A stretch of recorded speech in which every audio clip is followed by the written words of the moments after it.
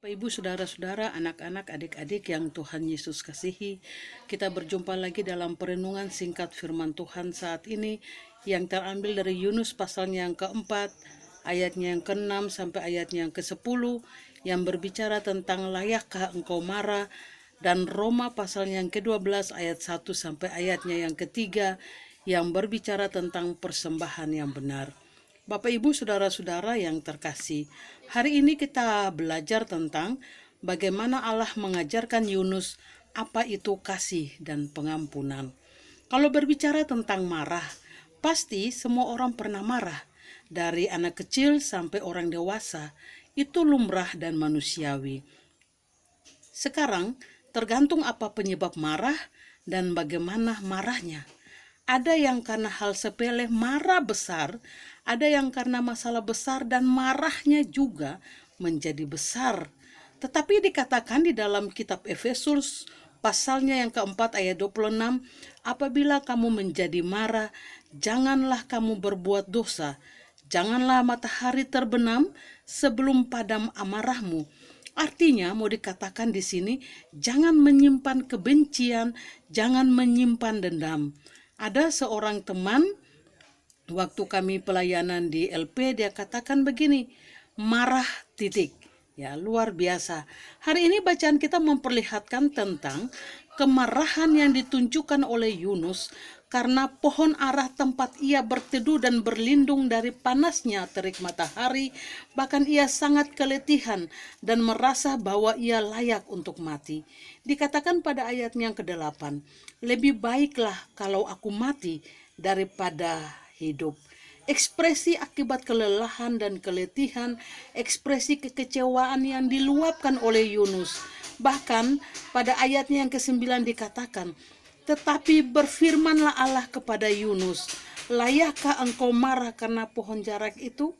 Jawabnya, selayaknya lah aku marah sampai mati. Saya berharap di antara kita tidak ada yang pernah mengucapkan sama seperti Yunus ini. Bapak, Ibu, saudara-saudara, anak-anak yang Tuhan Yesus kasihi, dan menarik yang dikatakan Allah, apakah kamu pantas marah dan merasa berhak atas pohon ara yang tidak kamu tanam itu? Bagaimana Allah juga tidak sayang bagaimana penduduk Niniwe yang berpenduduk lebih dari 120 orang? Apakah marah itu bagian dari ekspresi hati kita? Bagaimana dengan kita yang selalu beribadah, kita yang selalu katakan sebagai anak-anak Tuhan, apakah kita pantas untuk menjadi marah? Apakah kita pantas untuk kecewa ketika Allah mengizinkan suatu proses pembelajaran hidup itu terjadi dalam hidup kita? Kalau kita berbicara tentang ibadah, ya, apa itu ibadah? Pengertian dan definisinya bisa banyak dan bermacam-macam, tergantung dari mana kita mendasarinya. Namun demikian, Rasul Paulus mendefinisikan ibadah yang sejati, yang artinya benar dan tepat itu mempersembahkan tubuh. Bagi Rasul Paulus, jangan hanya dipahami secara sempit saja, yaitu menunjuk pada rangkaian tata cara keagamaan di dalam liturgi di gereja semata. Biarpun itu tidak salah, tetapi secara luas, yaitu berhubungan dengan panggilan untuk menyerahkan diri dan kehidupan untuk menjadi persembahan yang hidup, kudus, dan berkenan kepada Allah. Ini dapat terjadi kalau ada intimasi dengan Tuhan sendiri. Bapak, Ibu, saudara-saudara, anak-anak yang Tuhan Yesus kasihi, secara sederhana, ibadah ini berkenaan dengan keseluruhan kehidupan manusia yang diserahkan kepada Tuhan untuk dijadikan instrumen yang dapat mengagungkan, memuliakan, dan membesarkan Tuhan dimanapun kita berada dan ditempatkan.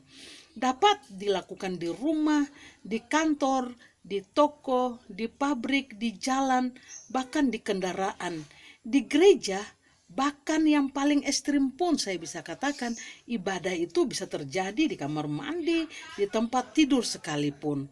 Artinya orang beribadah tidak ada batasan tempat, waktu, dan kondisi untuk hidup. beribadah kepada Tuhan lewat perilaku hidup kita, lewat tindakan nyata kita kepada Tuhan. Kalau tadi kita katakan bahwa kita adalah anak-anak Tuhan yang rajin beribadah. Oleh karena itu saya katakan bahwa kenapa dikatakan ibadah itu adalah persembahan hidup ini, tubuh ini kepada Tuhan. Karena tubuh ini sudah dipersembahkan bagi Tuhan menjadi bait kudusnya. Seperti yang dikatakan dalam 1 Korintus pasal yang ke-6 ayatnya yang ke-9. Maka kepemilikan hidup itu bukan lagi pada kita sendiri, tetapi pada Tuhan, yaitu mengerti yang mau Tuhan lakukan dan kehendaki untuk dilakukan dan dikerjakan selama kehidupan kita masih berjalan. Hal yang sangat memprihatinkan dan mengerikan Bapak Ibu Saudara-saudara anak-anak adalah ibadah kerap kali tanpa diikuti oleh hati yang takut dan hormat sama Tuhan, yaitu masih mempertahankan hidup dan dikuasai oleh manusia lama dan duniawi. Melakukan perbuatan-perbuatan yang jahat, penuh kemunafikan, hati yang busuk, jauh dari cinta kepada Tuhan. Sama seperti yang dikatakan dalam Yesaya pasalnya yang ke-1 ayatnya yang ke-16 dan Matius pasalnya yang ke-25 ayat 8. Ibadah harus menghasilkan perubahan kehidupan. Kalau tadi kita yang suka cepat marah, kita yang suka kecewa, kita yang cepat sekali putus asa, harus berubah untuk mengikuti setiap proses hidup yang Tuhan izinkan. Bapak, Ibu, Saudara-saudara, anak-anak, adik-adik, ada 3 kebenaran tentang ibadah yang sejati. Yang pertama adalah ibadah pusatnya bukan pada ritual-ritual agama yang mati, tetapi hati yang sungguh-sungguh melekat dan takut akan Tuhan. Yang kedua, kekuatan dan kuasa ibadah yang sejati terletak pada terjadinya perubahan atau transformasi dari kelahiran baru dan pertobatan, sehingga menjadi manusia baru yang diperbaharui oleh kuasa Roh Kudus. Dan yang ketiga adalah fokus ibadah yang sejati adalah pada Tuhan sendiri, yang perlu ditinggikan, dimuliakan, dan diagungkan melalui segala perbuatan di dalam kehidupan ini. Ibadah sejati membuat orang yang sudah mempersembahkan tubuhnya pasti punya pengendalian dan penguasaan diri yang baik, tidak untuk sesuatu yang jelas menyimpang dan tidak berkenan di hadapan Tuhan, tetapi untuk kebenaran, untuk kekudusan yang membawa hidup makin dekat sama Tuhan. Mari Bapak, Ibu, Saudara-saudara, anak-anak yang Tuhan Yesus kasihi, kita membagikan kasih dan kemurahan hati, kita berada dalam pengendalian diri yang utuh kepada Tuhan, supaya kita tidak cepat marah ketika diperhadapkan pada persoalan-persoalan hidup ini, dan kita mempertanyakan tentang kemahakuasaan Tuhan. Tetapi marilah kita tetap katakan Soli Deo Gloria. Tuhan Yesus memberkati kita sekalian. Mari kita berdoa. Terima kasih Tuhan untuk firman-Mu saat ini. Kami percaya sungguh Tuhan, Engkau Allah yang maha mengampuni. Engkau Allah yang mengasihi kami. Ajarkanlah kami memiliki hati-hati yang bijaksana untuk kami bisa maknai setiap hari-hari hidup kami.